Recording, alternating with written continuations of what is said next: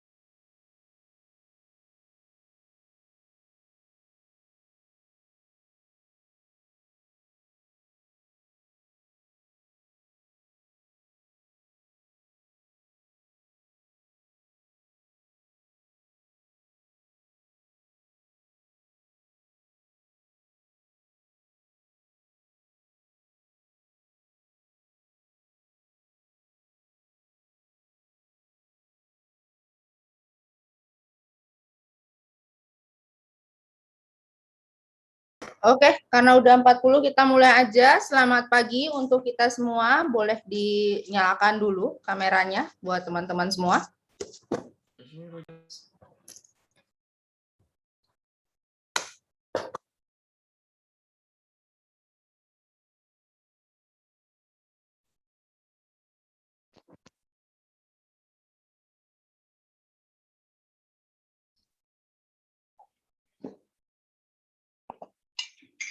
Saya harap semua sudah makan pagi dan udah mandi ya, dan pastinya dalam keadaan sehat. Oke, baik.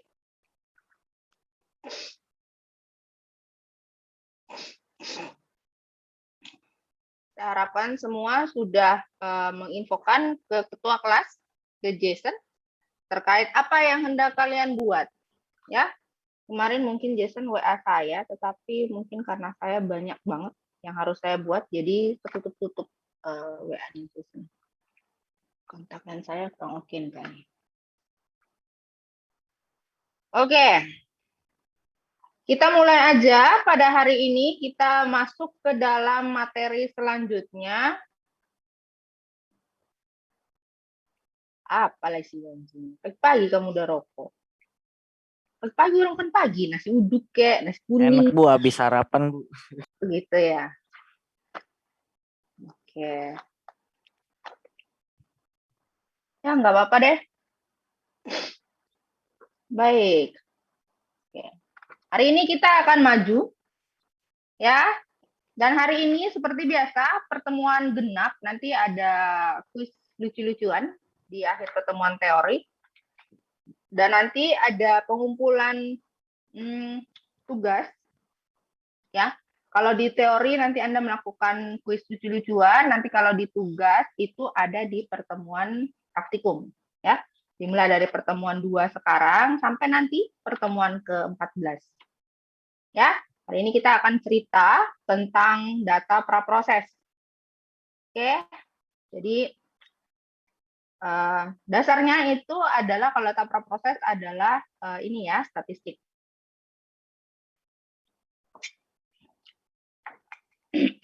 Jadi saya harap karena sudah pernah belajar statistik tidak merasa kesulitan untuk mengikuti hal tersebut.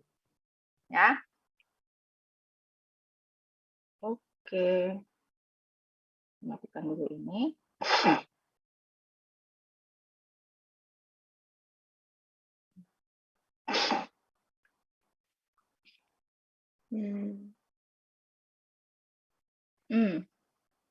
Oke, Rea. Oke.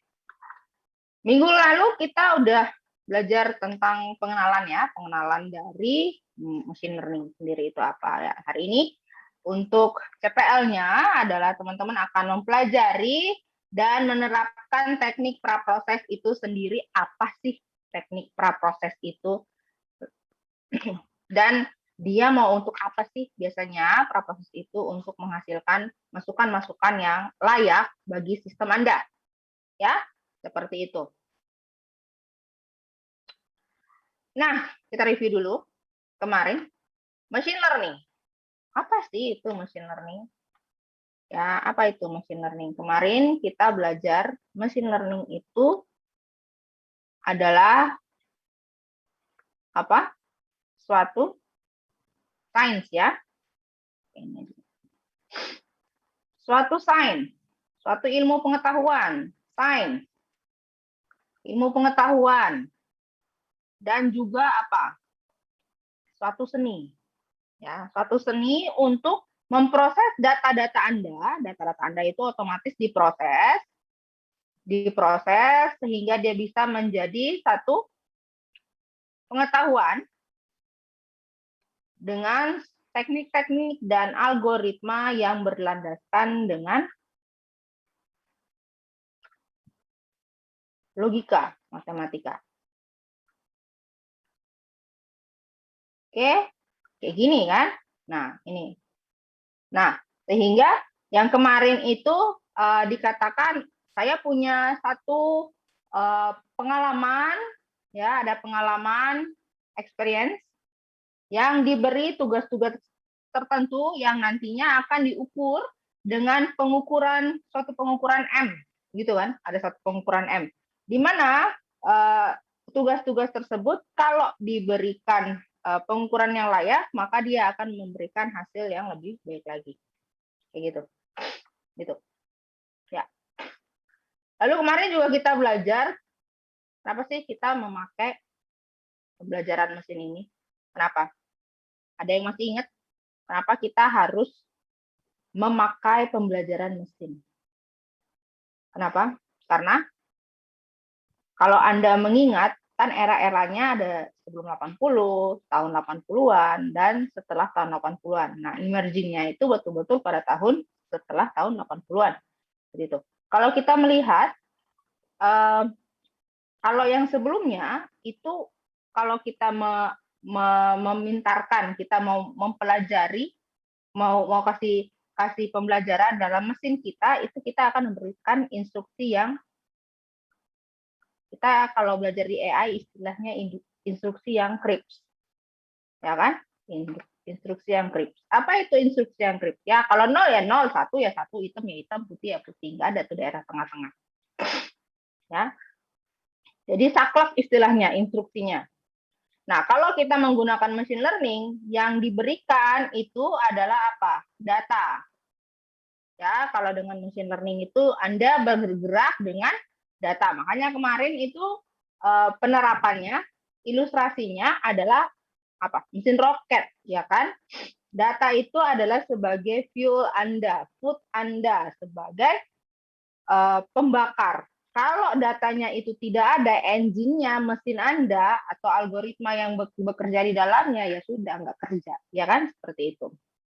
Maka kalau dulu berikan instruksi atau kalau Anda belajar knowledge discovery itu disebut dengan rules ya, rules.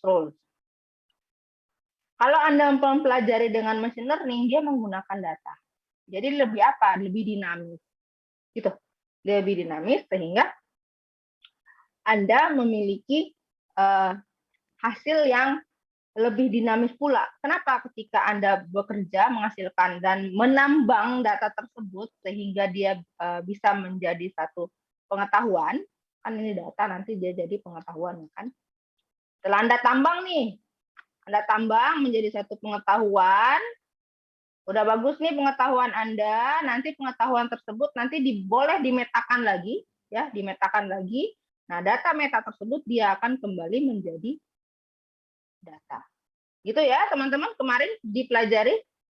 Ya, jadi dia bolak-balik aja di sini, bolak-balik. Sehingga siklusnya itu tidak terputus-putus. Gitu. Baik. Semoga masih ingat ya. Nah, tipe-tipe dalam machine learning, pembelajaran mesin itu kalau dilihat dari dampak pembelajaran, itu kemarin kita sudah belajar, itu ada teknik supervisi, ya, berarti Anda punya model, punya guru, supaya apa? Supaya ketika ada data baru yang masuk, ya kan nanti dibagi ada data training, ada data testing. Data training Anda gunakan sebagai membangun model Anda, sebentar ya.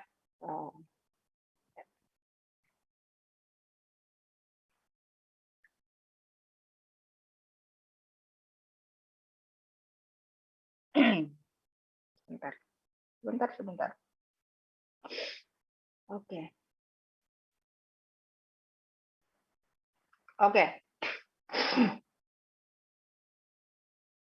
Ya, supervised learning.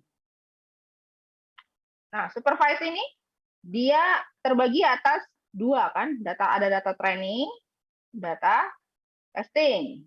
Nah, data training ini Anda bangun untuk jadikan dia sebagai model guru supervisi, sehingga kalau data baru datang, dia bisa melihat dari model Anda, dia bisa tahu, oh saya memiliki kelas target seperti ini, berdasarkan apa? Model-model. Ya, contoh yang mungkin pernah Anda pelajari, ya mungkin dulu pernah dengar, contohnya adalah induksi pohon, jaringan saraf, seperti itu. Karena bentuk modelnya sudah terbentuk. Ya, jadi kalau pohon berarti kita ada rules-nya yang mengatur sehingga kalau ada data baru yang masuk, oh udah bisa tahu kita. Ya, dan data tes ini dia akan mengetes model Anda. Nah, ini nanti akan kita cerita lebih banyak di model validasi. Ya. Nah, selain supervisi, kemarin kita belajar cerita tentang unsupervisi ya, atau pembelajaran yang tidak tersupervisi, unsupervised. Nah, apa itu unsupervised? Unsupervised ini data Anda, dia hanya dilihat dari apa? Dia hanya melihat dari karakteristik dari data. Ya, karakter data. Maksud karakter data di sini adalah apa? Nah, data itu kalau nanti kita pelajari, data itu dia berbentuk titik objek, ya, seperti itu. Jadi, antara satu data dengan data lain, kalau dianggap dia dekat, maka dia dianggap berada di dalam satu kelompok yang sama. Sehingga dalam pembelajaran unsupervised kita sebut sebagai pembelajaran dengan analisis kelompok. Entah nanti kita lihat partisinya, kita lihat hierarkinya, kita lihat densitasnya, dan sebagainya, ataupun asosiasinya. Ini. Sehingga nanti di sini akan mengukur kedekatannya, dekat atau tidak. Ya, nanti ada istilahnya, kita sebut sebagai kohesi dan juga separasi. Nah, pembelajaran atau dampak selanjutnya yang Anda pelajari adalah reinforcement. Ya, ini nanti kita akan mempelajari. Ini kalau mungkin sudah dipelajari sekarang di AI, dia ceritanya begini, dia ceritanya ada agent yang bekerja dalam satu lingkungan atau environment-nya. Nah, di sini agent tersebut dia akan bergerak kemana dia harus mencapai goal-nya. Ya, ini kita biasa sebut learning from environment. Ya, jadi agent Anda akan bergerak, nanti dia akan ketemu reward tuh untuk mencapai goal-nya. Dia akan ketemu reward. Entah reward-nya itu adalah reward yang menambah poinnya, ataukah reward yang mengurangi poinnya, atau kita sebut dengan punishment. Dan nanti itu Anda dipelajari ada, saya kenalkan hanya dua, yaitu Q-learning dan juga SARSA. Ini kalau reinforcement sebenarnya penerapan awal pada game, tapi memang sekarang sudah diterapkan di berbagai macam bidang, ya. Seperti itu. Penerapan machine learning di dunia itu di real world, di kehidupan Anda sehari-hari itu banyak banget. Kemarin kita sudah cerita sedikit ya. Kita sudah cerita penerapannya itu banyak. Bisa di mana saja, ya. Dalam bidang pendidikan, bidang kesehatan, bidang ekonomi atau finansial, pariwisata dan sebagainya. Bisa diterapkan di mana aja. Seperti itu. Oke, hari ini kita lebih belajar istilahnya hari ini kita kenal data. Ya, kita kenal dulu data, fitur atau atribut atau kita sebut sebagai field-nya. Pra-processing data, kita mulai bagaimana bisa melakukan normalisasi, data diskretisasi, lalu feature engineer. Di sini kita bagi antara feature selection dengan fitur ekstraksi. Oke. Oke. Data. Data ini sering ya Anda pakai, sering Anda ciptakan, ya, tulis status di Twitter, itu pun kita sebut sebagai data. Jadi ketika kita baca buku Han Jianpei Camber, ya, Profesor Han bilang begini, data itu adalah koleksi dari objek, ya, koleksi dari objek yang tersusun dari atribut-atributnya. Jadi objek itu siapa sih? Objek itu adalah misalnya Andrea. Andrea pasti punya nama. Dia punya student ID. Dia punya IPK misalnya. Dia punya status mahasiswa. Dia punya nama orang tua. Dan sebagainya, alamat, tempat tanggal lahir, dan sebagainya. Nah, itu akan menyusun si Andrea ini menjadi satu objek. Ya, objek atau Anda biasa kalau baca di paper-paper, mereka sebut sebagai entitas juga, entity. Nah, satu entitas nih.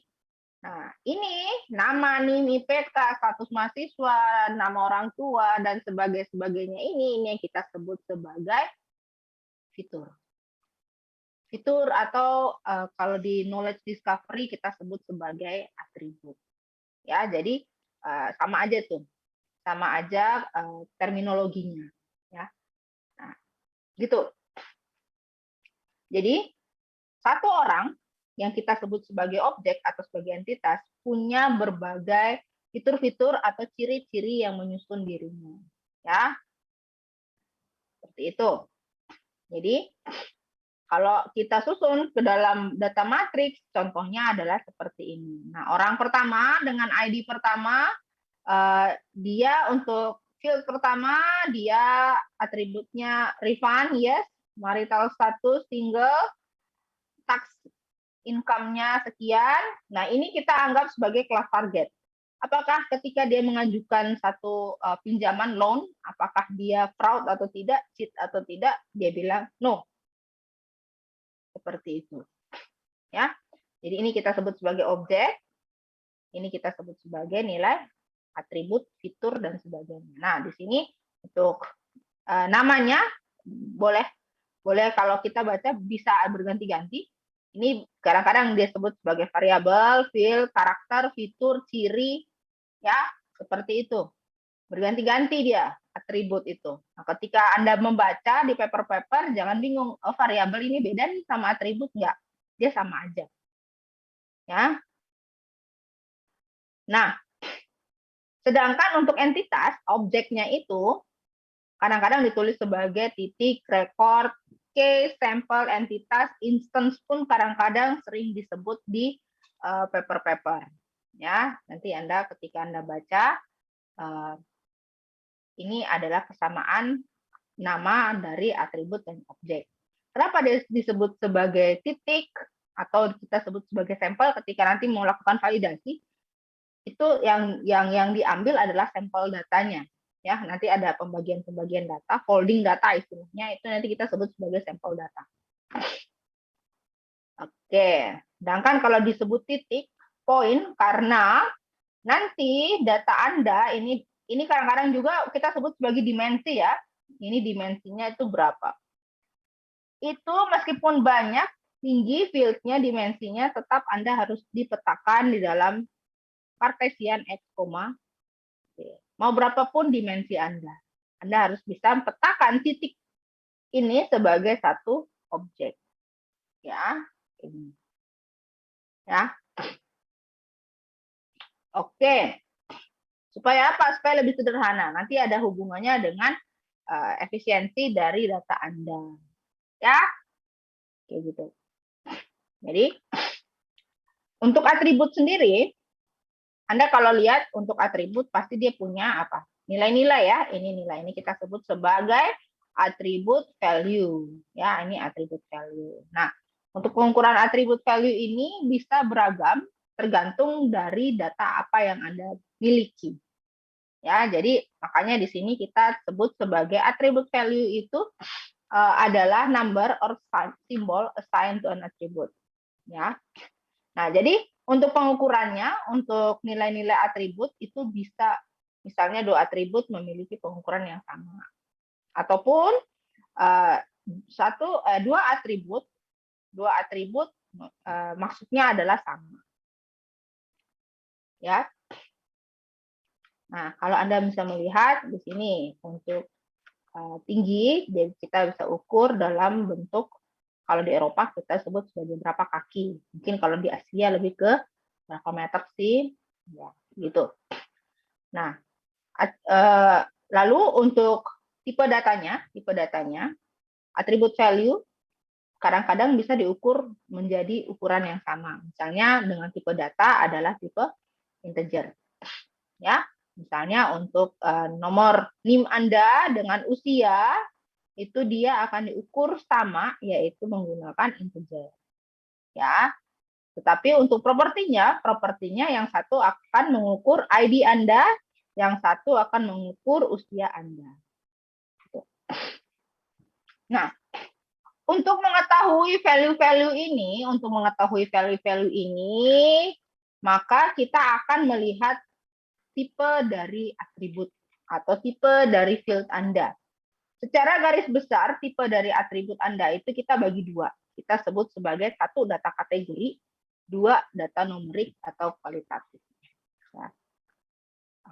Kuantitatifnya. Ya. Jadi satu kuantitatif, satu data kualitatif atau kita sebut sebagai data kategori. Ya, fitur Anda atau atribut Anda kita bagi jadi dua hal besar. Nih, untuk data kategori, ya, untuk data kategori itu ada data nominal dengan ordinal. Oke? Jadi, ini ya. Nah, nominal kalau Anda dulu belajar basis data ini kita sebut sebagai distinctness.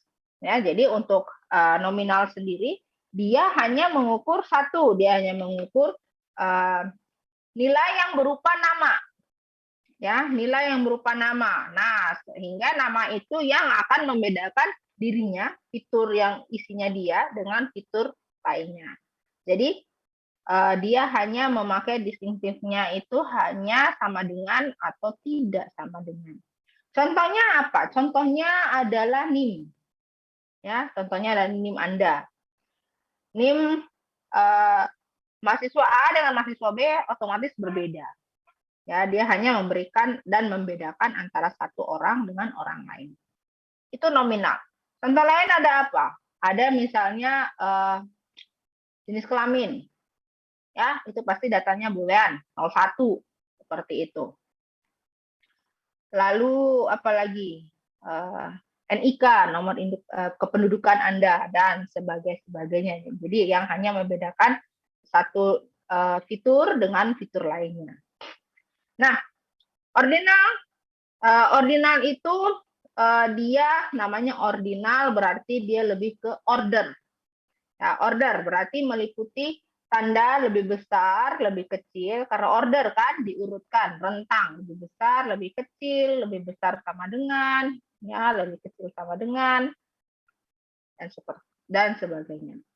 Jadi, untuk tipe data ordinal, ya, untuk tipe data ordinal Anda, dia hanya mempunyai nilai yang berupa nama yang dalam dirinya ini memiliki informasi yang lebih terurut. Ya, lebih terurut. Contohnya apa? Contohnya ketika Anda lulus nanti ada predikat kelulusan. Ya, cum laude, memuaskan, pujian dan sebagainya. Memuaskan, sangat memuaskan gitu-gitu. Ya. Ataupun suhu. Suhu dingin, panas, ya, normal-normal aja ya, kayak gitu. Itu berarti kita sebut sebagai tipe data ordinal. Nah, itu kita sebut sebagai tipe data kategorial.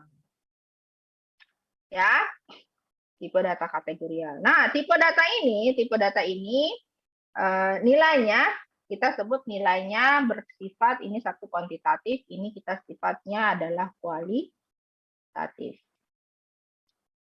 Ya. Nah, jadi nilai-nilai ini kita sebut sebagai nilai yang simbolik ya, simbolik.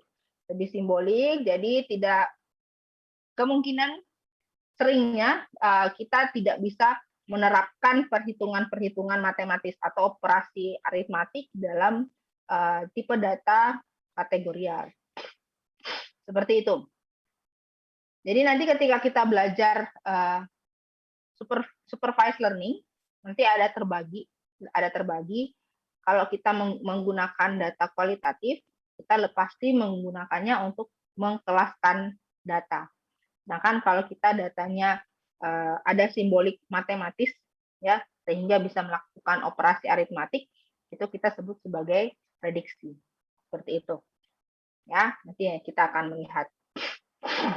Itu untuk kategori. Jadi secara singkatnya kategori itu untuk membedakan satu objek dengan objek lain, ya, seperti itu. Jadi dia lebih ke data yang tersimbolik. Yang kedua adalah data numerik.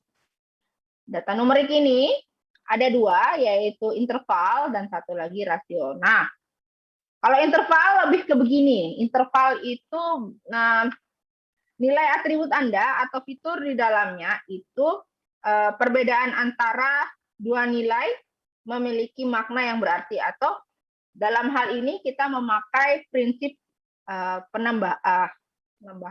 penambahan, addition. Dia bisa tambah ataupun dia mengalami pengurangan. Ya. Jadi ada perbedaan di antara dua nilai yang memiliki makna yang berarti. Contohnya apa? Contohnya adalah interval, contohnya suhu. Suhu dalam Celsius ataupun Ramour, Kelvin, Fahrenheit. Nah, itu kita sebut sebagai data interval. Gitu. Contoh lainnya adalah apa? Tanggalan pada kalender akademik. Nah, itu adalah contoh data interval. Sedangkan kalau rasio itu lebih ke multiplikasi antara dua nilai, ya, multiplikasi. Jadi dia meliputi ada data perkalian, lebih ke perkalian dengan pembagian. Jadi nilai fitur di antara dua nilai memiliki perbedaan dan rasio. Ya, contohnya adalah apa? Contohnya adalah usia. Ya, kalau tadi usianya parobaya, tua, muda. Nah, itu kalau di ordinal hanya dikasih tahu seperti itu. Kalau di rasio dia lebih ada rentangnya. Ya, ada rentangnya. Itu. Lalu ada lagi misalnya tinggi, rata-rata. Nah, itu masuk ke dalam nilai rasio. Jadi gitu ya, untuk interval dan rasio dia lebih ke kuantitatif, nilai kuantitatif. Jadi intinya kalau dalam data numerik ini dia bisa melakukan operasi aritmatika. Ya. Nah, untuk datanya kita lebih menggunakan data yang kita sebut sebagai data kontinu. Nah, untuk masukannya atau inputannya dia terbagi atas dua lagi. Inputannya adalah discrete ataupun kontinu. Nah, kalau yang tadi, yang untuk kategori, dia lebih banyak menggunakan data discrete. Apa sih data discrete itu? Yaitu data discrete, kalau dibilang dia itu himpunan dalam jangka yang terhitung, terjangkau, terbatas jumlahnya. Ya, contohnya kita masukkan dia ke dalam bentuk variabel integer, ya, gitu. Kalau datanya string itu gimana, Bu? Biasanya nanti kita ubah dia menjadi berbentuk integer atau kita asumsikan. Diasumsikan. Nanti kalau Anda baca di PPT ataupun di modul Anda, kalau datanya itu nominal, kita ubah dulu, kita sebut sebagai one hot encoding, ya kan? Yang satu adalah data kontinu, berdasarkan masukan dan keluaran itu ada kita sebut sebagai data kontinu. Ya. Nah, data ini paling gampang kita lihat dia sebagai data kontinu ketika dia itu adalah data yang memiliki floating point atau real number. Ya. Oke. Meskipun dia nilainya floating point, tetapi kita biasanya menempatkan berapa angka di belakang koma, ya, finite number sih sebenarnya, meskipun ujung-ujungnya tidak finite. Misalnya apa? Misalnya nilai 0 sampai 1 gitu ya. Nilai 0 sampai 1 itu kita sebut sebagai data kontinu. Dalam pengukuran contohnya apa? Suhu tinggi, berat badan dan sebagainya. Itu yang kita sebut sebagai data kontinu. Nah, untuk kehidupan sehari-hari, kita dealing, kalau kita pengerjaannya kita dealing dengan dua ini. Ya, kita dealing dengan dua ini, meskipun ketika Anda mengukur disimilaritas dengan similaritas, nanti Anda lebih menggunakan data-data kontinu. Seperti itu. Jadi kita akan melihat. Ya, karena ini berhubungan erat nanti dengan cara-cara pengukuran pada konsep-konsep kedekatan jarak. Kayak gitu, teman-teman. Oke. Sampai sini bisa? Bisa ya? Bisa lah. Gampang ini, masih gampang. Bentar. Baik. Kalau tidak ada, berarti kita lanjutkan. Berarti di dalam penerapannya, untuk tipe-tipe datanya, dalam hal ini adalah dataset Anda, itu ada beberapa ya, tipe datasetnya itu yang paling sering itu adalah data record. Nih. Atau kita di dalamnya bentuknya bisa berbentuk matriks, bentuk dokumen, atau bentuk data transaksi. Ya, meskipun dalam awalnya itu datanya adalah bisa berupa apa aja, citra, suara, status di Facebook, status di Instagram, berita dan sebagainya, kita bisa memetakan dia dalam bentuk record. Ya. Gitu. Ataupun Anda mendapatkan struk belanja, ya, struk belanja secara online ataupun Anda pergi ke toko beli ada struknya, nah, itu juga kita sebut sebagai data record. Nanti kita akan masukkan ke dalam berbentuk data record atau kita sebut sebagai transaksional data. Kita mengecek SMS WA atau SMS ataupun email yang masuk itu lagi ada spam atau tidak, penipuan atau tidak, itu juga nanti kita bisa masukkan ke dalam dokumen data. Seperti itu. Ya. Nah, selain data record, kadang-kadang kita juga menggunakan data yang kita sebut data graph. Ya, data graph itu contohnya adalah data yang kita ambil secara spontan di dalam website. Seperti itu. Lalu molecular structure itu juga kita bentuknya adalah graph. Ya, berbentuknya adalah graph. Ada juga yang data yang kita ambil secara order, Ya, order itu kita biasanya datanya lebih kepada real time.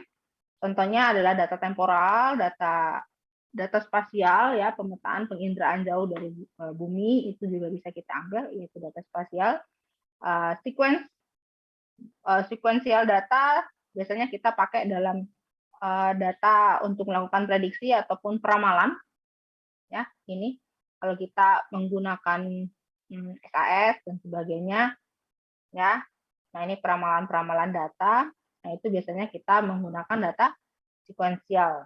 Nah, ketika kita juga memproses data protein atau sequence DNA, kita menggunakan data sequence DNA seperti ini. Ya, jadi satu spesies biasanya genomnya banyak, jadi dia akan terpecah-pecah menjadi genetic sequence data. Oke. Bentuk-bentuk data jadi itu banyak ya. Ya, yang saya tampilkan sini yang biasanya kita pakai aja. Nah, misalnya adalah ini data matrix, ini sering-sering nih kita lihat, kita pakai sering ya, sering-sering.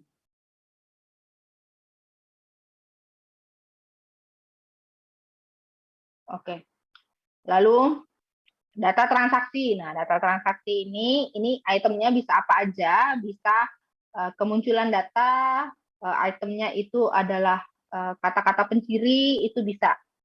Meskipun dasar dari transaksi data itu adalah kita sebutnya analisis keranjang belanja pada unsupervised learning. Nah, itu emergingnya dari sana.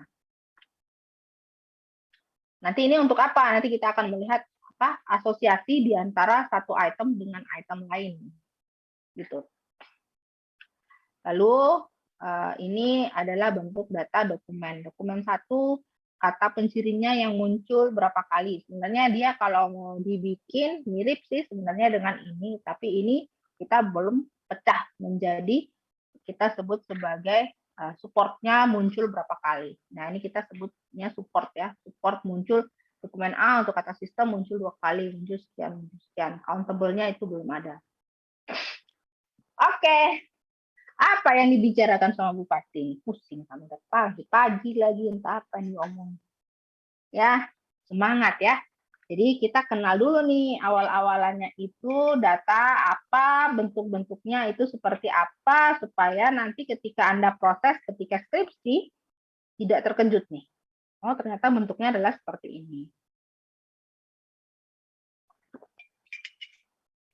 Baik. Kita lanjut ya. Kita lanjut dengan proses. Nah, proses ini punya beberapa kata kunci. Yang pertama adalah improve the quality. Ya. Yang kedua adalah gimana dia bisa meningkatkan efisiensi dari data Anda.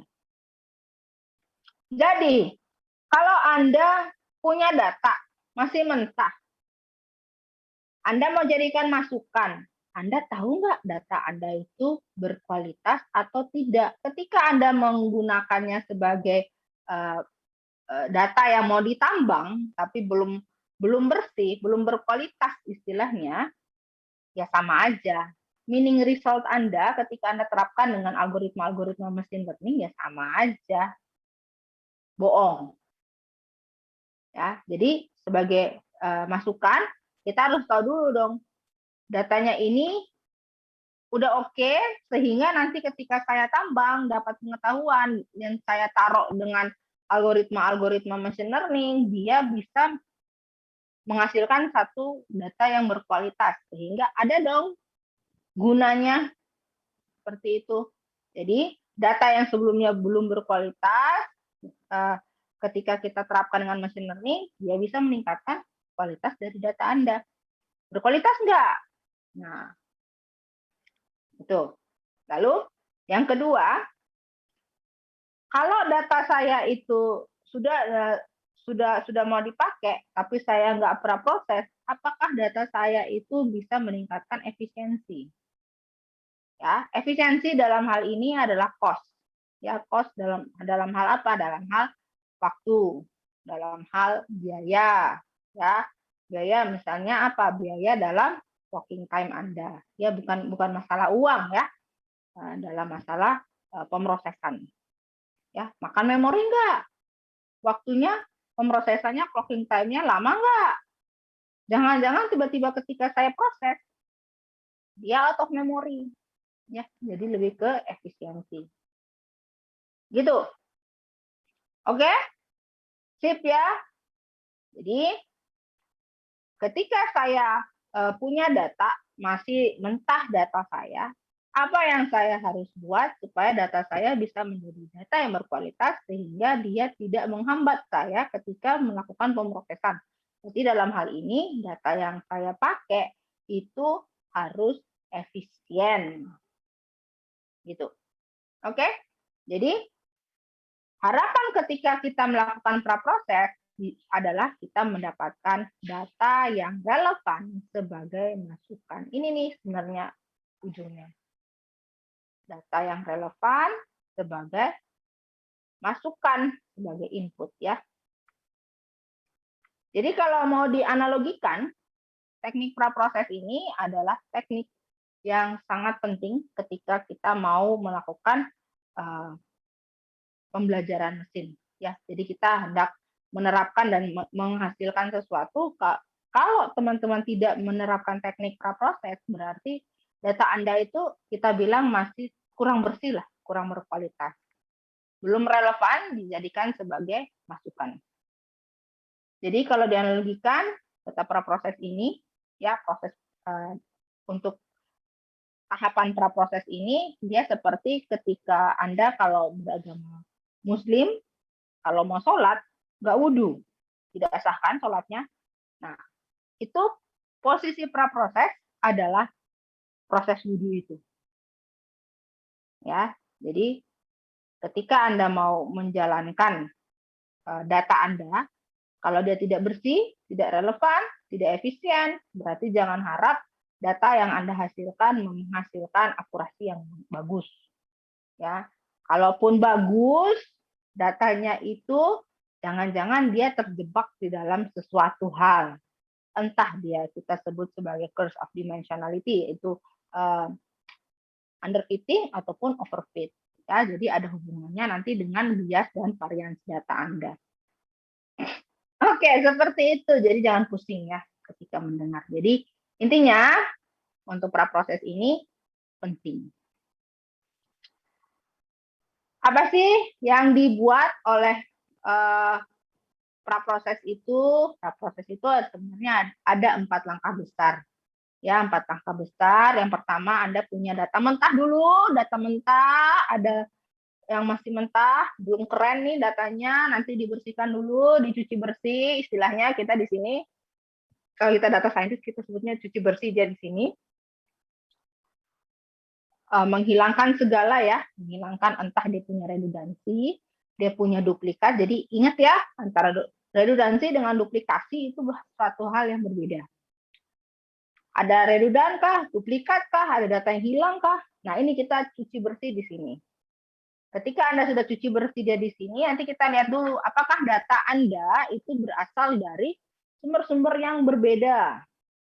Kalau dia berbeda, gimana cara saya melakukan integrasi data tersebut? Ya, apakah data tersebut saya harus gabungkan satu? Kembali lihat lagi ke inputan dengan outputan. Dia sifatnya discrete ataupun continue. Soalnya untuk data integrasi ada bedanya ya. Kalau dia discrete, kalau dia continue itu gimana?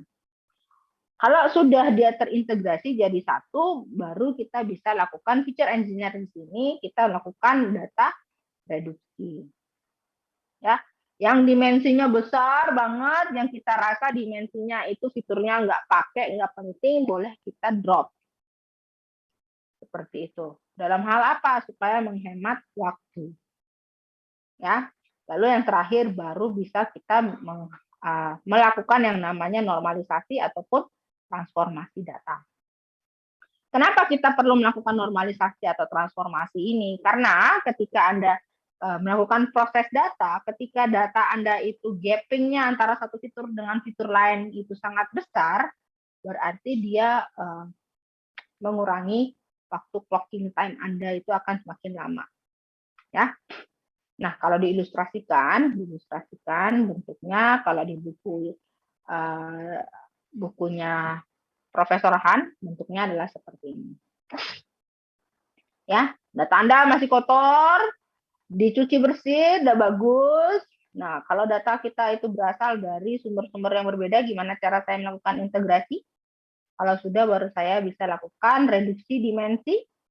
Jadi di sini atribut dan record saya ada yang sudah saya ubah, ya, ada yang saya drop, ada yang saya masih pakai. Nah, kalau sudah, boleh saya normalisasikan. Nah, di sini misalnya dari -2 ke 100, ini kan jauh banget lompatannya. Nah, gimana caranya dia biar berada di dalam satu daerah rentang yang hampir sama. Seperti itu.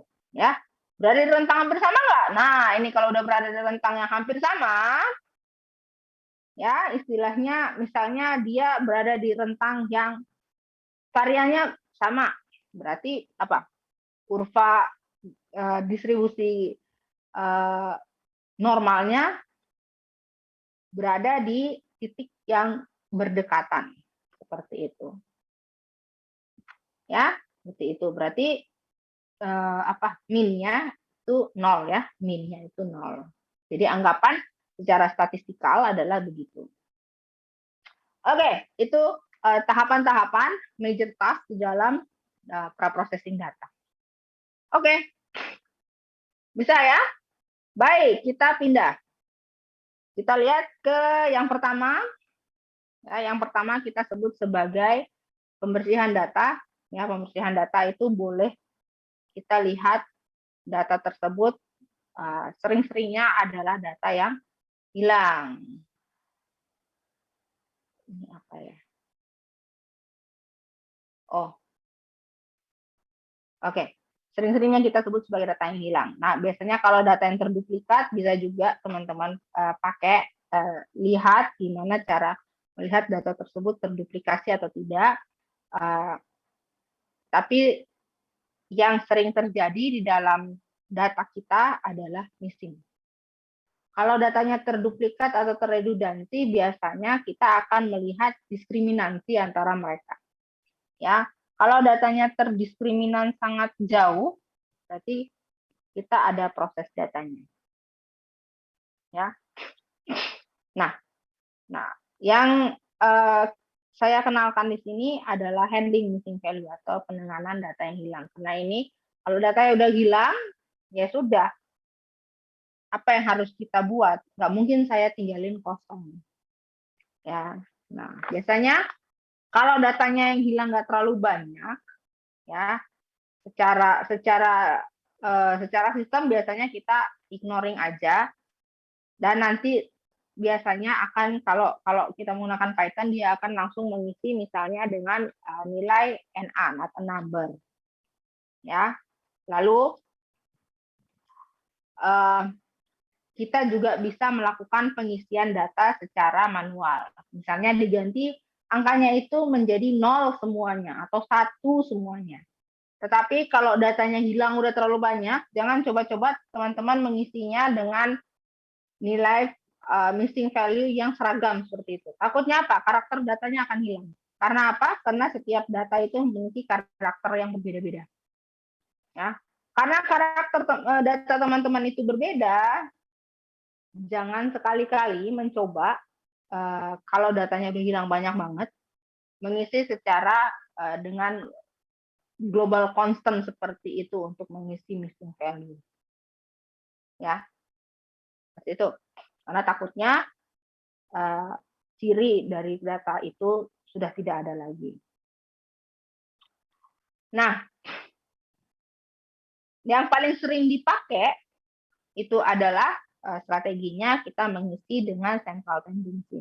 Central tendency itu strateginya ada kita mengisinya dengan median dari atribut yang hilang ataupun nilai min dari atribut yang hilang. Bisa juga kita mengisi dengan data modular untuk mengisi data yang hilang tersebut. Ya, tapi yang sering-seringnya kita pakai adalah nilai median atau nilai min. Kadang-kadang kita juga ada yang isi dengan central tendency, diisi dengan interpolasi. Ya, boleh seperti itu diisi. Nah, ada juga yang kita isi dengan atribut atau min yang berasal dari kelas yang sama. Ya, dari given tuple atau given objeknya. Tuple itu berarti objeknya ya. Gitu. Jadi min atau median. Jadi misalnya data kelas 0 hilang. Nah, data kelas 0 pada atribut sekian hilang. Maka kita akan mengisinya dengan tuple-tuple yang sama. Tuple-tuple yang sama yang memiliki kelas 0 itu. Misalnya dalam fitur A, ini fitur A, dia ada 100 data. Ada 100 data. 100 data, 50 dia berada di kelas 0, 50 dia ada di kelas 1.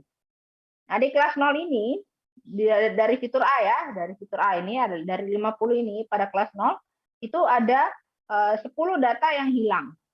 Ya, berarti apa? Berarti kita akan mengisi dari keseluruhan data yang kelas 0 ini, 50. Ya, 50.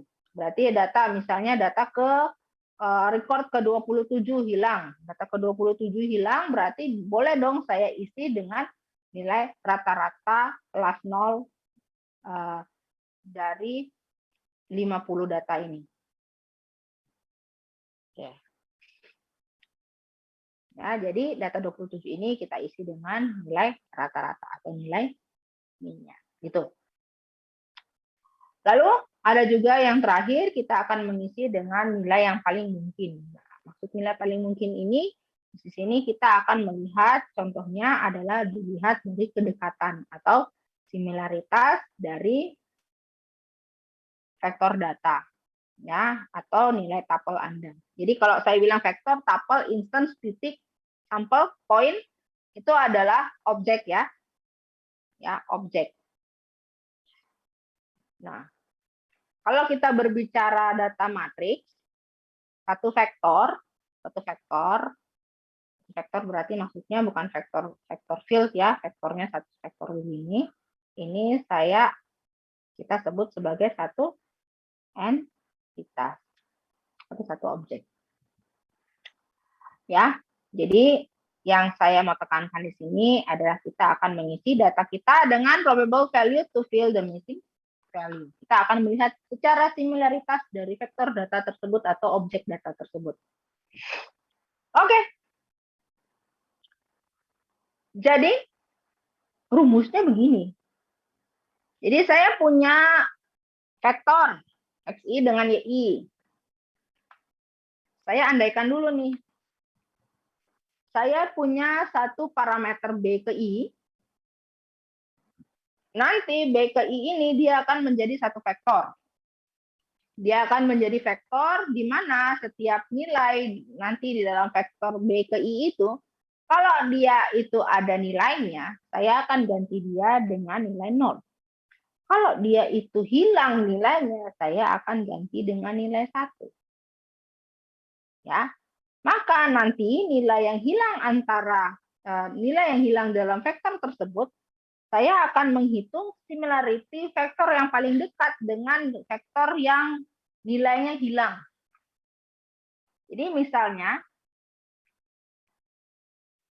anggap aja ya, ini kita udah peta nih. Atau gini aja, dalam data matriks, ya, di dalam data matriks seperti ini, ya, dalam data matriks seperti ini, kita mengasumsikan misalnya data 1, data 2, data 3, data 4. Ini datanya ada nih, 1, 2, ini ada, tiba-tiba ini hilang nih. Kita asumsikan yang data paling dekat dengan dia adalah data yang ini, vektor yang ini, yang paling dekat dengan dia adalah ini. Berarti saya akan mengukur similaritas atau jarak saya ke dia. Saya akan mengukur jarak saya ke dia. Ketika saya mendapatkan pengukuran jarak saya ke dia, berarti fitur ini yang hilang, saya akan ukur kedekatannya. Nanti ketika saya mendapatkan nilai kedekatannya, maka nanti saya akan mengganti nilai yang hilang ini dengan fitur similarity yang saya dapatkan dari perhitungan menggunakan perumusan ini. Gitu ya, teman-teman. Oke. Oke. Sip, Bu. Gampang. Baik. Seperti itu. Oke. Kita contohkan lah ya. Contohnya apa ya? Contoh yang mudah aja yang kita bisa tuliskan.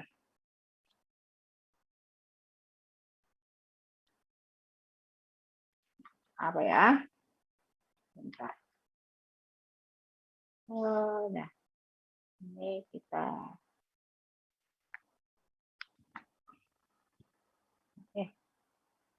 Tapi saya hapus ini dulu.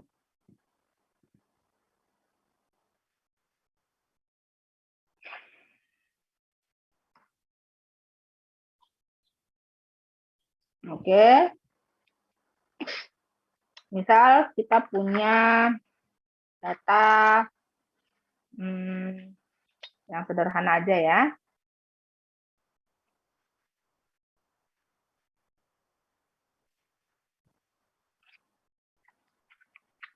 Kita punya data yang sederhana, misalnya datanya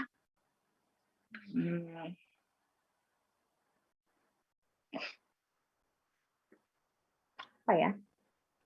Oh, ini deh. Saya punya data X.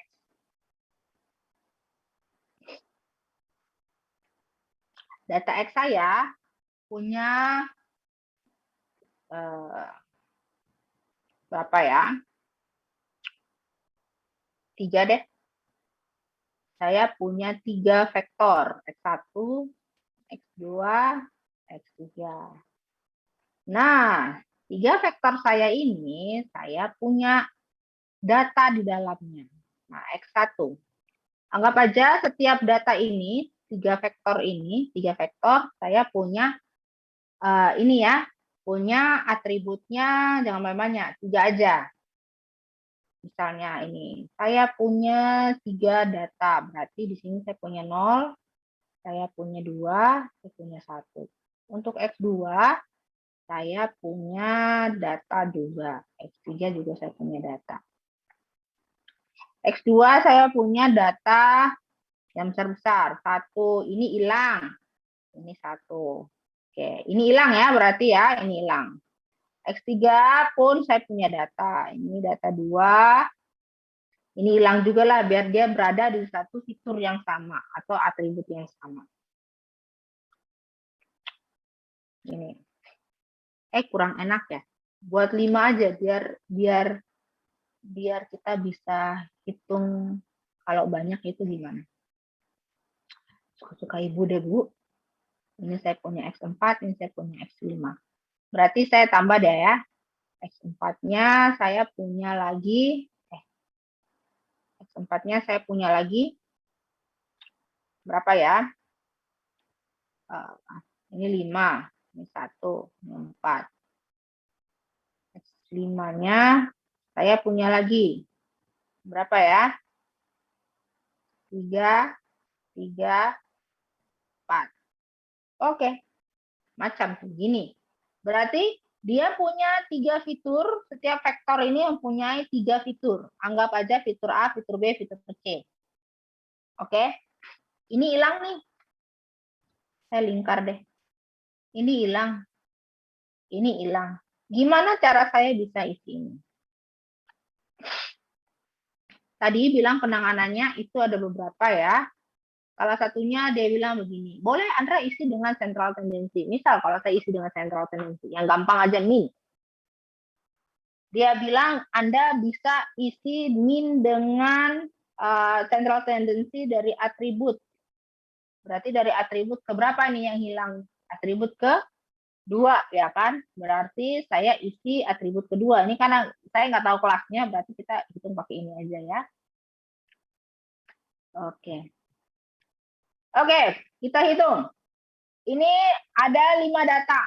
5 data ya, berarti kita hitung untuk ini kalau saya pakai central tendency dapat minnya, berarti itu ada 2, saya tambah 1, tambah 3, saya bagi dengan ada 5 data. Karena dia ada 5 ya kan? 5 datanya. Yang ada hanya 2, 1, 3. Ini dengan ini. Berarti ini berapa nih? 5, 6. Bagi 3. Kok bagi 5? Bagi 3. Yang sisa ya kan? Yang sisa. Berarti sisanya ada 6, 3. Berarti ini 2. Boleh dong saya isi ini dengan 2. Ini isi dengan 2. Jadi nilai rata-rata yang saya pakai nanti ada 2 untuk mengisi data yang hilang. Oke. Kalau saya menggunakan pendekatan ini yang probable value, gimana caranya? Caranya adalah kita lihat dulu yang hilang mana aja nih. Yang hilang itu ada di X2. Ya, kita lihat X2 nilainya hilang nih. 1 hilang 1. Nah, maka nilai X ini berdasarkan rumus ini, maka saya akan ubah dia dulu. Saya asumsikan dia menjadi vektor B1. Nah, saya bikin nih. Maka vektor B saya yang untuk X2 atau B1 saya, ini saya ubah nih. Dia menjadi, ini karena ada, nilainya ada, saya ubah jadi 0. Ini hilang kan? Saya ubah jadi 1. Ini ada, ini saya ubah jadi 0. Nih. Nih. Ini dulu. Oke. Sekarang dia bilang begini. Sekarang kita akan hitung fitur similarity antara nilai X dengan nilai Y. Kita anggap aja yang hilang ini, yang paling dekat dengan dia adalah data 1. Nih, yang paling dekat dengan dia adalah data 1, diasumsikan begitu. Ya, boleh nggak Bu saya ukur ke data 5 misalnya, suka-suka Anda ya. Tapi dalam hal ini saya akan mengukur ke data yang terdekat dengan dia. Ya, jadi misalnya dalam hal ini biar cepat, biar gampang dia akan melihat vektor di atas atau di bawahnya. Karena di bawahnya itu masih hilang, maka saya akan mengukur vektor di atasnya. Paham ya? Saya akan mengukur vektor di atasnya.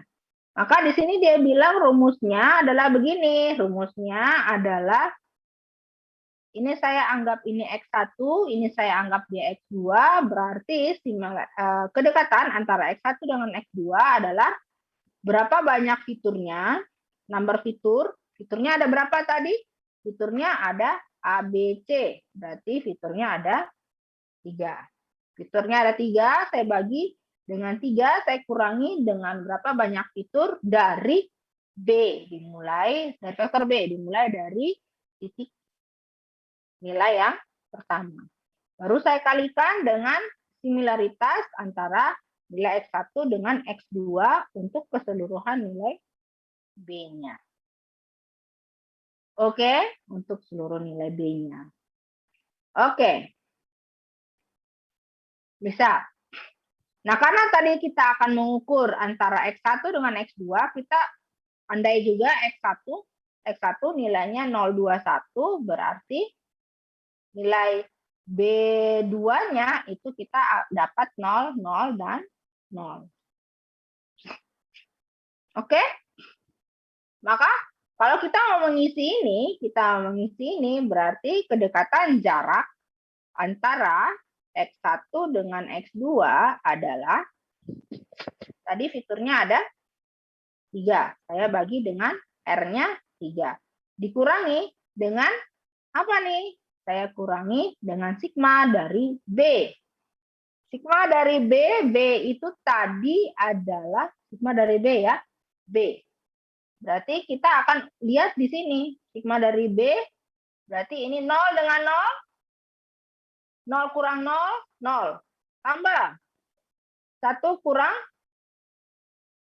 0 atau 0 kurang 1 sama aja karena dia kita anggap pengukuran similarity jarak. Berarti karena jarak dia tidak ada yang minus. Ya, tidak ada yang minus. Berarti ini 0,1 atau 10 nilainya akan kembali 1. Ya. Ini 0 dengan 0 kembali 0. Berarti saya bisa tuliskan di sini adalah pusing saya, Bu. Apa yang bilang? 1, Bu. Ini 0 tambah 1 tambah 0 gitu ya kan? Baru kita kalikan dengan jarak antara B1 dengan B2. Ya. Ini udah nih ya. Ini dengan ini udah. Sekarang kita akan melihat antara yang menyusun B. Yang menyusun B itu adalah X1 dengan X2 ini. Oke, teman-teman, sekarang kita akan mengukur yang ada aja nilainya. Yang di fiturnya itu hilang, jangan kita pakai. Ya, berarti antara X1 dengan X2 kita dapatkan jaraknya 0 kurang 1 dengan 1 kurang 1. Ya. 0 kurang 1 tambah 1 kurang 1. Karena kalau kita menggunakan prinsip jarak city block atau Manhattan, dia jaraknya adalah begini. Sigma dari XI kurang Y ke I. Ini ya, similarity dengan Manhattan atau city block. Boleh pakai pengukuran lain nggak? Boleh. Kita memakai Malanobis, Canberra, Euclidean, dan sebagainya. Boleh. Tapi kita pakai yang sederhana aja. Seperti ini. Berarti, biar gampang, kita tulis. Ini berarti 0. Ya kan? Ini 0. Kita pakai rumus ini kan? YI-nya berarti X2. Kurang 1. Gitu kan? Baru kita jumlahkan. Yang hilang nih nggak usah kita lihat karena ini yang kita cari. 1 dengan 1. Ya, 1 dengan 1 berarti saya jumlah sigma ya. Sigma 1 dengan 1. 1 kurang 1. Gini. Ingat dia adalah berbentuk absolut. Berarti ini 3/2 kali berapa nih? Kali 1. Ya kan? Berarti tetap 3/2 berarti 1,5. Berarti ini kita bisa ganti dengan 1,5. Gitu ya, teman-teman. Oke. Oke. Sekarang kita pindah. Kita pindah ke data yang ini. Asumsikan kalau data ini yang paling dekat dengan dia adalah ini. Berarti kita akan mengukur kedekatan antara X2 dengan X3. Sehingga kita bisa isi nih X3. Oke, silakan. Berapa menurut teman-teman?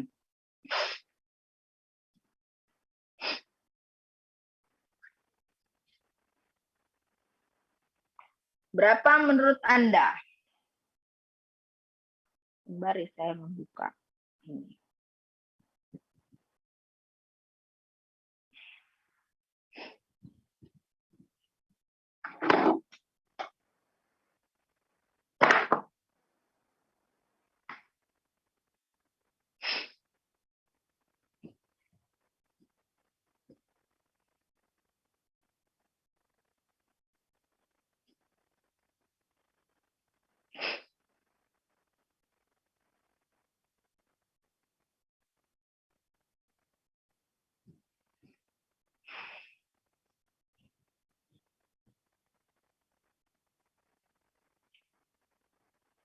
Oke, dapat berapa?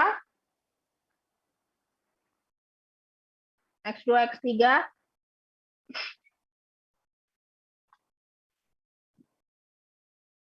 Dapat berapa? Ada yang sudah? Tetap aja kan banyaknya fitur 3. 3 dibagi 3 dikurangi Ini asumsinya ini udah ada nilainya. Berarti ini 0, 0, 0. Ini berarti 0, 1, 0. Sama aja kan? Berarti ini tetap 3 kurang 1. Dikali berapa ini? Dikurangi. Kali dengan kalau 2 dan 3 berarti berapa nih? 1 kurang 2, 1 kurang 3. Berarti 3 per 2 kali 1 tambah 2. Ya kan? Kali 3. Berarti 9 per 2. 4,5. Ya kan? Benar nggak? Saya salah? Ini 4,5. Benar nggak? Yang sepemikiran saya. Gimana? Benar atau nggak benar?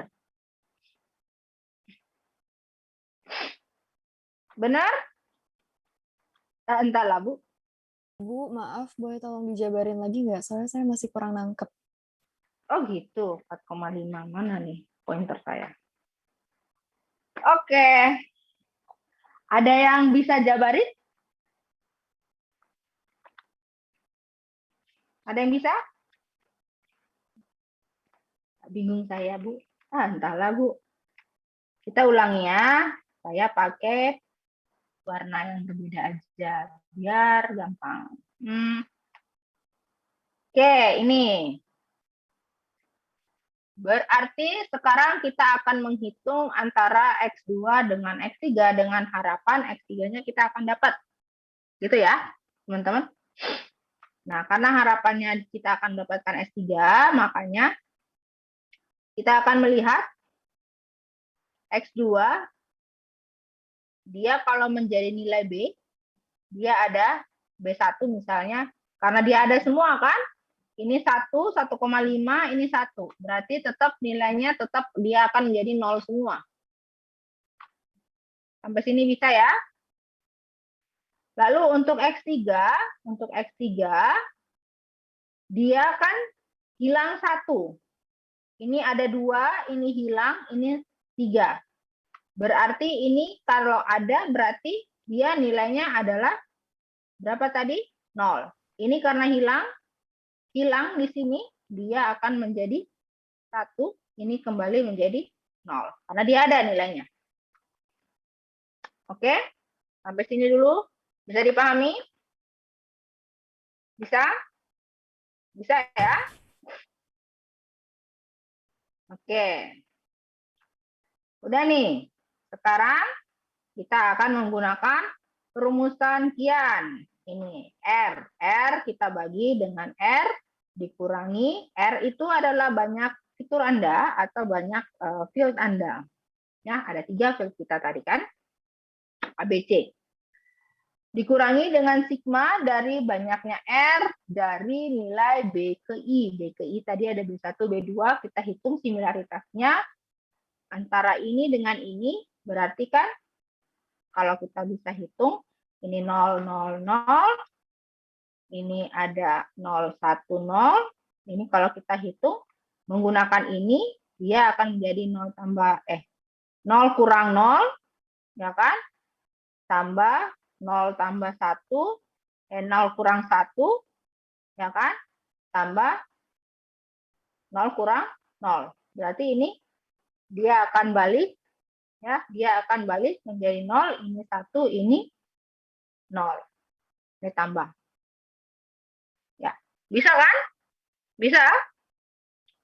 Bisa lah, Bu. Berarti ini 3 banyak fitur, 3 dikurangi dengan 0 tambah 1 tambah 0. Bisa. 0 tambah 1 tambah 0.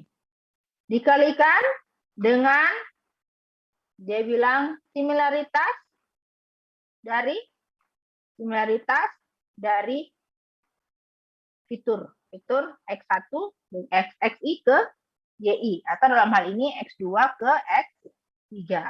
Untuk biar gampang saya tulisnya seperti ini. Untuk semua nilai B yang nilai B-nya adalah bernilai 0. Kalau nilai bernilai 0 itu adalah nilai yang ada. Oke, yang fiturnya adalah nilainya 0. Kalau kita lihat di sini, fitur yang nilai 0 itu adalah di fitur A dengan fitur C. Atau fitur ini kan, 1, 2 dengan 1, 3. Itu yang kita pakai. Oke, berarti kalau kita pakai lagi perhitungan yang ini, berarti yang ada nilai nolnya kan itu 1,5, 1. Ya kan? 2, ini hilang, ini 3. Ya kan? Nah, yang nilainya B-nya 0, hanya ini kan?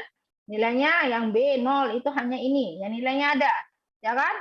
Ini jangan Anda lihat. Berarti kita hanya mengukur perhitungan antara ini, fitur yang ini, dengan fitur yang ini. Oke? Teman-teman, oke?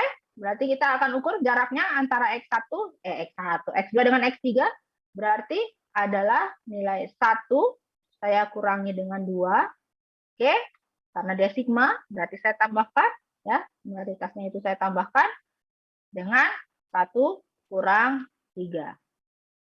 Oke, berarti ini 3/2 saya kalikan dengan ini 1, ini 2. Tambah berarti 3. 9/2 berarti itu 4,5. Nih, makanya di sini dia menjadi 4,5. Gitu kira-kira penjelasannya, Vio. Bisa ya? Iya, Bu. Makasih, Bu. Oke.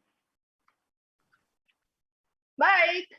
Bu, itu untuk yang di bawah situ tuh, itu kan 0 dikurang 0 kan, terus 0, itu bukannya 0 kurang 1, ini kenapa jadi positif ya satunya? Jarak. Tadi saya bilang jarak. Oh, Jarak jadi nggak bisa jarak negatif nggak ya? boleh ada minus. Hmm. Oke. Bisa ya?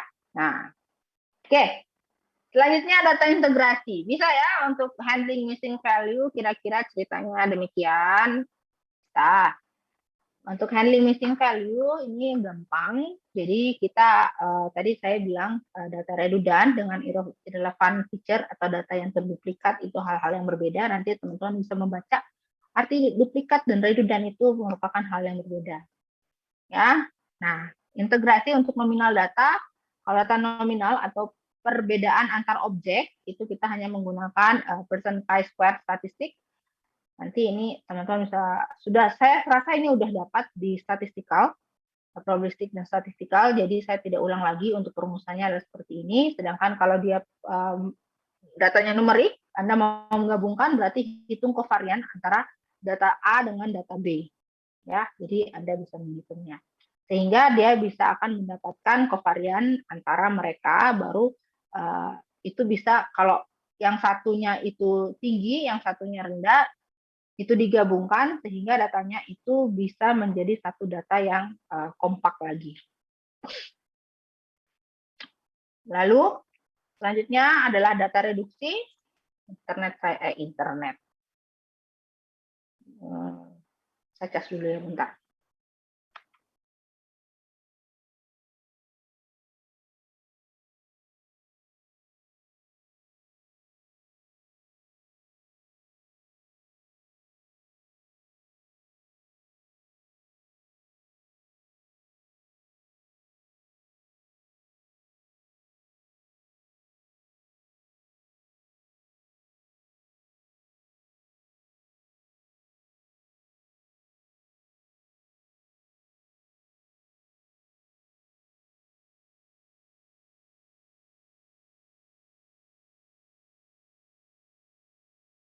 Oke.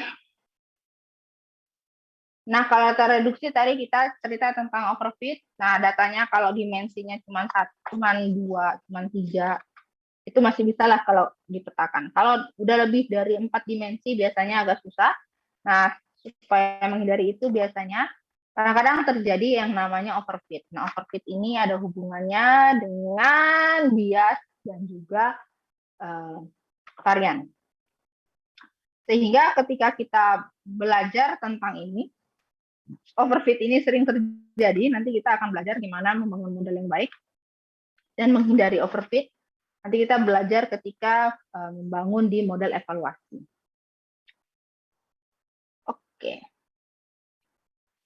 Nah, selain overfit, kita akan belajar tentang menghindari yang namanya underfit. Nah, kalau overfit itu dia tidak mengeneralisasi model Anda, sehingga model Anda itu tidak belajar tapi mengingat. Jadi data training Anda tidak membangun model yang baik. Dan karena itu data Anda biasanya outlier-nya banyak. Nah, outlier-nya itu banyak. Nah, kalau berbeda dengan overfit, kalau underfit ini data Anda itu apa ya? Datanya terlalu simple, terlalu sedikit datanya untuk bisa mengeneralisasi model yang hendak Anda bangun. Ya, seperti itu. Jadi biasanya di sini kita menggunakan rekayasa fitur supaya fitur-fitur Anda itu menjadi lebih kompleks lagi, sehingga model yang diberikan tidak sesimpel yang sebelumnya. Seperti itu. Ya, dari tadi kita bilang rekayasa fitur. Nah, rekayasa fitur itu ada beberapa cara, tetapi biasanya kita pakai yang pertama selective fitur. Selective fitur, kita akan memilih fitur-fitur mana yang sebaiknya kita pakai. Ya, fitur-fitur mana yang kita pakai supaya nggak semua fitur kita masukkan. Ya, contohnya paling gampang nanti minggu depan Anda akan mempelajari tentang PCA. Ya, lalu selanjutnya adalah kita menggunakan ekstraksi fitur sehingga fitur-fiturnya itu nggak kita buang, kita nggak pilih, tetapi kita akan melakukan kombinasi fitur-fitur. Ya, contoh paling gampangnya ketika kita menggunakan data citra untuk ekstraksi fitur ini, misalnya kita menggunakan ekstraksi berdasarkan tekstur citra tersebut. Ya, jadi misalnya ini nanti karena menggunakan fitur dari tekstur citra tersebut, kita misalnya melihat secara statistikal adalah kemiringan datanya, kontrasnya, dan sebagainya. Nah, itu kalau di citra kita istilahnya adalah fitur haralik. Ya, ada fitur-fitur haralik, ada sekitar 14 fitur haralik yang bisa kita gunakan sebagai cara kita melakukan penarikan fitur dari data-data tersebut. Ataupun cara yang paling sederhana adalah cara statistik. Selain skewness tadi bisa dihitung menggunakan mean, ya, menggunakan mean dan juga standar deviasi dari gambar tersebut. Ya, kalau fitur haralik, saya rasa itu sudah agak meningkat ordernya karena itu udah order kedua dan ketiga selanjutnya. Nanti itu mungkin Anda akan mempelajari di citra digital. Saya rasa nanti dikenalkan berbentuk-bentuk seperti itu. Itu istilahnya adalah GLCM, ya, gray level matrix yang berpasangan, atau istilahnya co-occurrence matrix. Oke, banyak nih Bu, ternyata machine learning. Oh banyak. Semakin Anda mendalami, semakin Anda akan menyenangi. Kenapa? Karena dia teorinya begini nih, tetapi nanti ketika Anda mempraktekkan, oh ternyata nggak, data ini karena karakternya begini, ternyata hasilnya begini. Apalagi kalau datanya itu kalau Anda menggunakan online learning, nah itu menarik banget loh. Atau datanya merupakan real number, wah itu merupakan satu tantangan tersendiri. Teorinya ketika saya melakukan prediksi dengan ensemble learning misalnya, hasilnya begini. Nah, ensemble learning regression hasilnya begini. Tetapi ketika saya masukkan, kemarin ketika saya masukkan, oh ternyata datanya stagnan gini. Oh ternyata ada apa ya? Ada sebabnya. Ada sebabnya. Oh ya nggak bisa saya tingkatkan nih akurasinya, nggak bisa. MSE saya bergeraknya di situ aja karena apa? Ada sebabnya. Kayak gitu sih. Teorinya begini, ketika saya terapkan, oh begini. Oh ternyata ketika saya praproses datanya, ketika saya one hot encoding kan ada yang saya harus tambahkan. Nggak bisa kalau datanya seperti ini. Ada fitur yang perlu saya ukur lagi diskriminasinya seperti itu. Ya, kayak gitu-gitu. Nanti ketika Anda skripsi, Anda akan ketemu hal-hal seperti itu.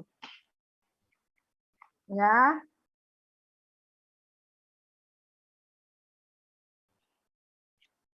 Kayak gitu ya. Oke.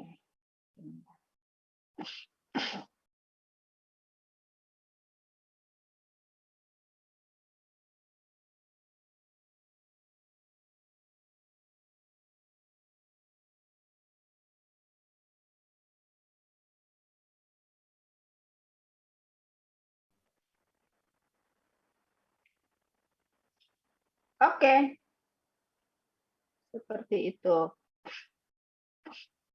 Ya.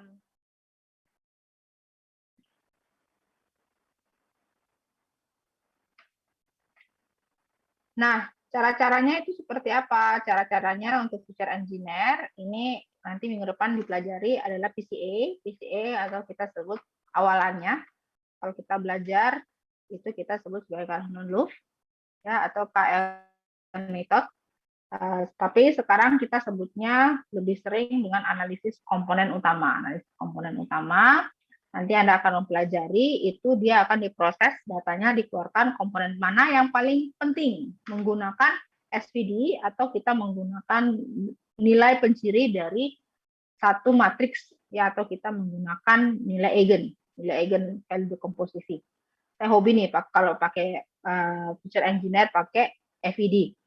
Karena kalau datanya besar, kalau kita pakai singular value, itu saya rasa kurang kompak datanya. Kalau untuk eigen, saya rasa itu nanti datanya menjadi lebih kecil dan nanti ketika saya proses menjadi lebih efisien. Itu preferensi kita ya sebagai peneliti. Itu, oke. Itu untuk feature engineer atau data reduksi. Nanti minggu depan Anda mempelajari reduksi itu ya. Nah, yang terakhir kita akan mempelajari tentang transformasi. Transformasi itu bisa dengan berbagai teknik, bisa menggunakan diskretisasi, ya. Anda mapping datanya menjadi nilai yang berada di interval yang sama, ya. Termasuk kita bisa menggunakan binning data. Jadi kita akan binning datanya berada dalam satu standar deviasi yang sama atau kita menggunakan analisis histogram ataupun kita bisa menggunakan cluster ya. Jadi unsupervised itu kadang-kadang kita juga bisa jadikan dia sebagai preprocessing tools ya. Jadi misalnya kita menggunakan densitas algoritma untuk mengkelompokkan dulu nih data-data yang belum ada kelasnya. Nah, ketika sudah kita kelompokkan, baru kita kasih ini kelasnya, baru bisa kita proses misalnya dengan apa istilahnya, dengan naive Bayes, dengan jaringan saraf seperti itu. Jadi kita kasih dulu nih datanya tertransformasi dengan baik dulu. Ya, jadi nanti itu datanya itu akan diberikan nilai yang baru seperti itu. Ataupun Anda bisa menggunakan DTL atau decision tree analysis, juga bisa menggunakan analisis korelasi antara data yang satu dengan data yang lain. Atau yang tadi saya bilang Anda bisa menggunakan interpolasi. Ya. Nah, untuk normalisasi atribut Anda biasanya dia akan berada dalam rentang yang mirip-mirip lah, small range ya. Jadi misalnya data Anda bisa 0 sampai 1, min 1 sampai 1, ataupun tadi dibilang datanya berada di dalam satu normalisasi yang memiliki distribusi normal. Ya, distribusi normal berarti variannya tidak terlalu besar dan juga rata-rata datanya itu standar deviasinya tidak terlalu tinggi. Berarti apa? Zero mean ya.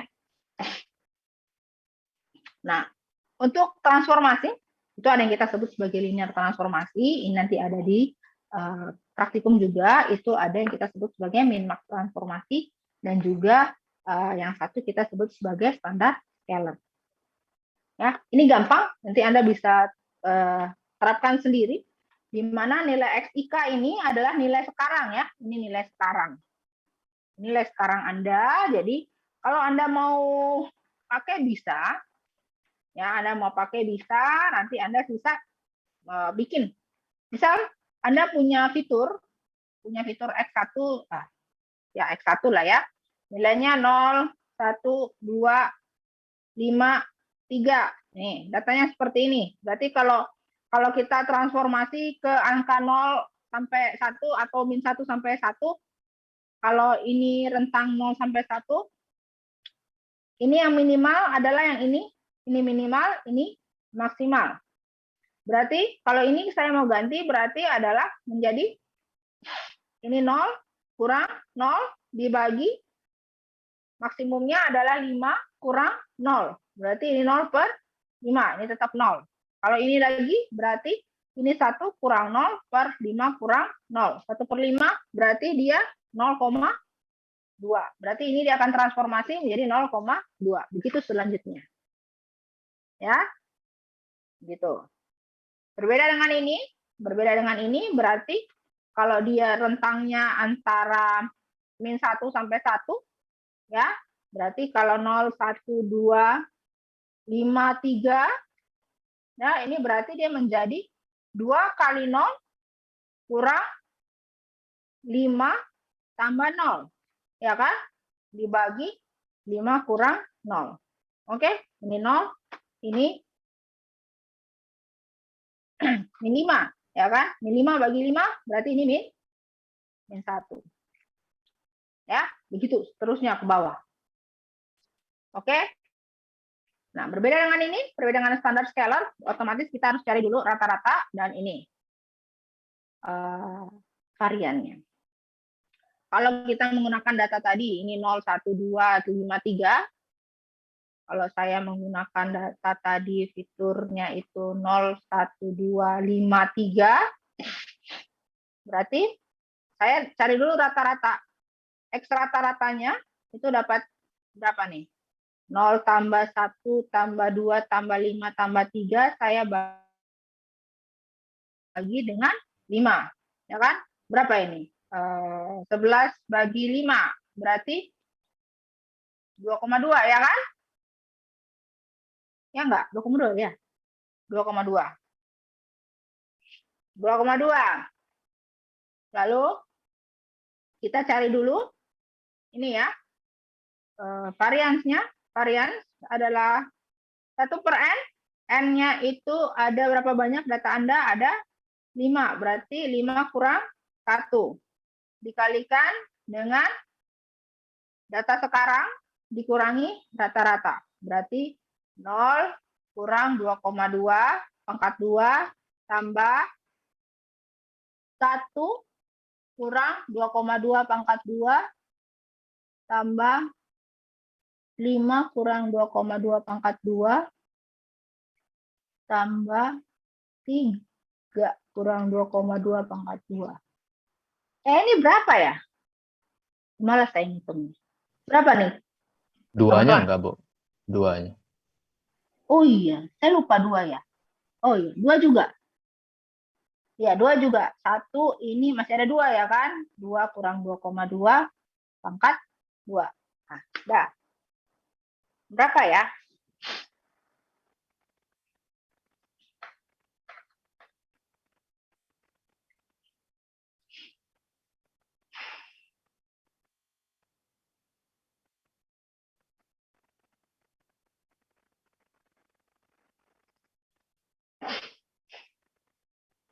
Ada yang udah dapat? Oh, 29. Nanti saya kasih ininya, slide-nya. Ya, ada ya untuk catatannya.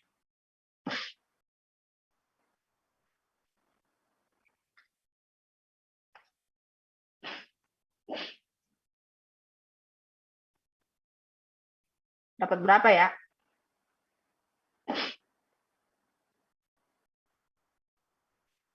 Ada yang udah?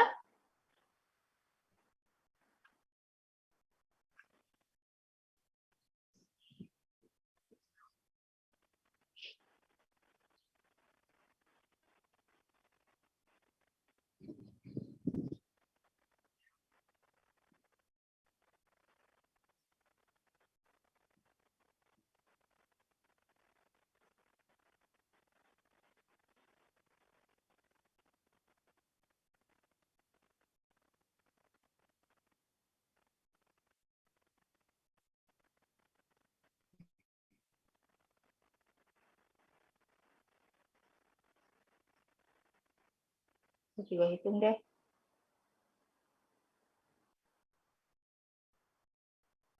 Oke, 108.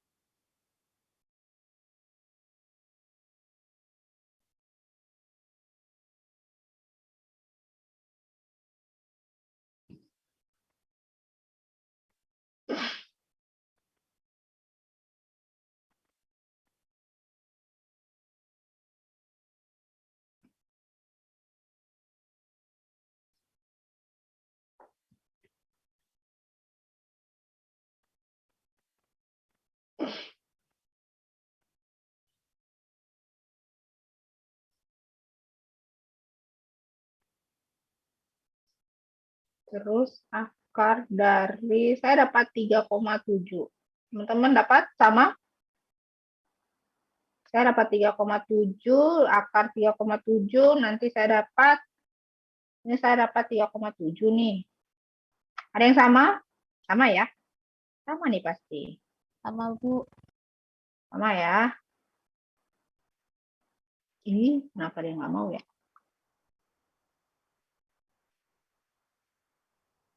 Ini 3,7, berarti ini kan masih kuadrat nih. Ya, berarti ini dapatnya akarnya, berarti saya dapat 1,923. Oke, 1,9235. Akar lagi ya dari ini ya. Nih, akar lagi dari ini karena dia kan ini ya. Nggak kelihatan nanti.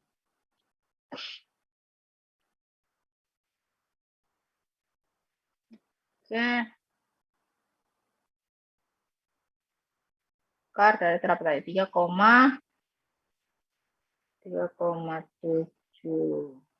Oke, 1,9235. Oke. Ini ya, berarti untuk 0 ini dia akan berubah XIK yang baru. XIK yang baru dia akan berubah, yang terus XIK. X0 ya.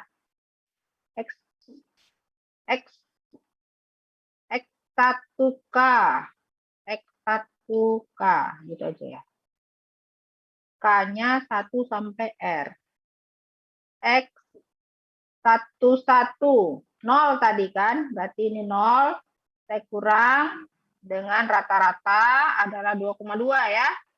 2,2 saya bagi dengan varian 1,9235. Berapa ini? 0,22 minus bagi 1,14 sekian minus 1,14 sekian. Ya kan? Udah nih. Yang lain kamu orang cari sendiri ya. Oke? Bisa cari sendiri ya. Yang 1, 2, 5, 3 cari sendiri. Yang suruh saya lagi. Kita cari yang 0 aja. Berarti yang 0 ini kita akan ganti dia dengan standar scalar. The feature have zero mean, properties, and unit variance-nya dia akan mendapat 1,14 sekian. Disepakati aja berapa angka 0 di belakang komanya. Oke, demikian teman-teman untuk teori. Saya sudah membuka kuis ya, latihan, bukan kuis ya, latihan untuk sekarang ini boleh silakan di-attend. sampai nanti jam 10. Karena cuma dikit nomornya, cuma 5. Boleh silahkan teman-teman mengerjakannya. Sembari ya, saya akan melakukan absensi.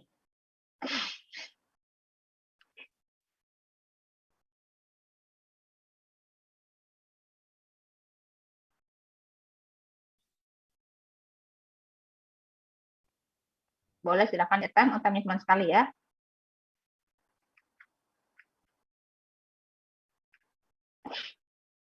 Jason sampai sore ini nanti saya terima namanya ya. Kalau udah bisa sekalian dengan itunya. Ini udah semua, Bu. Kalau mau saya kirim sekarang udah bisa sih. Nggak bisa. Iya, udah bisa. Udah ada semua. Di Excel Udah. nggak? Saya tulis di Notepad sih, Bu. Mau saya pindahin Excel boleh? Excel. Oh, Nama, ya. NIM, lengkap. Iya, Bu, ya, Bu.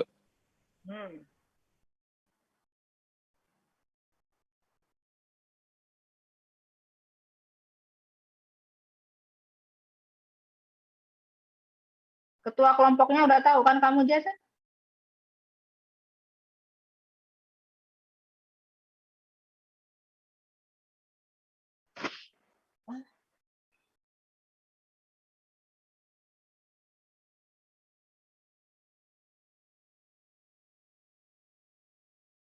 Ayo lo, ada yang telat lo.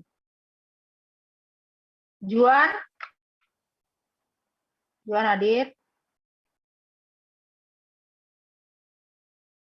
Juan nggak datang kenapa? Jason?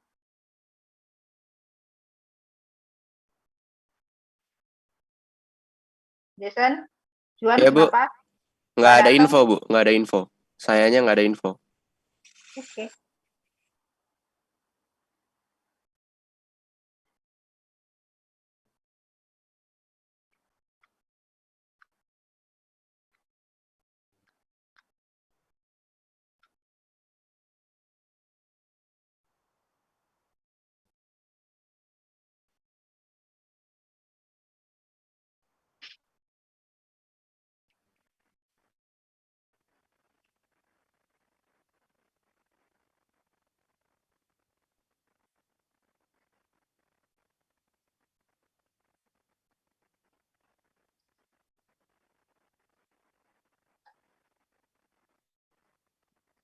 Oke, Jason.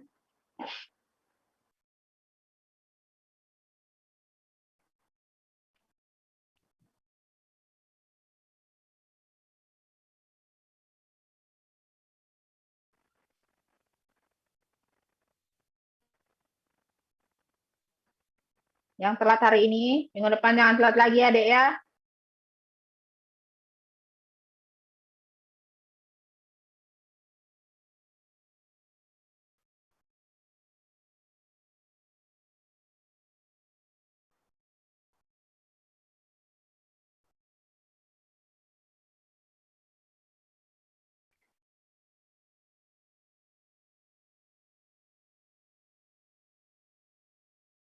Sudah, Ya? Bu.